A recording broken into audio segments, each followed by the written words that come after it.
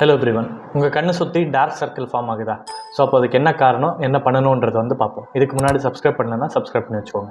So first one, உங்கள் iron deficiency, பிளட்டில் haemoglobin ரொம்ப கம்மியாக இருந்தால் இந்த மாதிரி கம்ப்ளைண்ட் வரும். நெக்ஸ்ட்டு ஸ்லீப் குறைவாக இருக்கிறதுனால, தண்ணி ரொம்ப குறைவாக சாப்பிட்றதுனால, அதுக்கப்புறம் ஸ்ட்ரெஸ் மேனேஜ்மெண்ட் பண்ணாமல் இருக்கிறதோ இல்லை ஓவராக டிப்ரெஷனில் இருக்கிறதோ இதனால் வரும். தென் ஃபைனலி சில பேருக்கு ஜெனட்டிக்ஸ்னாலே அப்பா அம்மா அவங்களிருந்து டைரெக்டாக சில பேருடைய கண்ணு கருப்பாகவே இருக்கும். ஸோ இதெல்லாம் முக்கியமான காரணம்.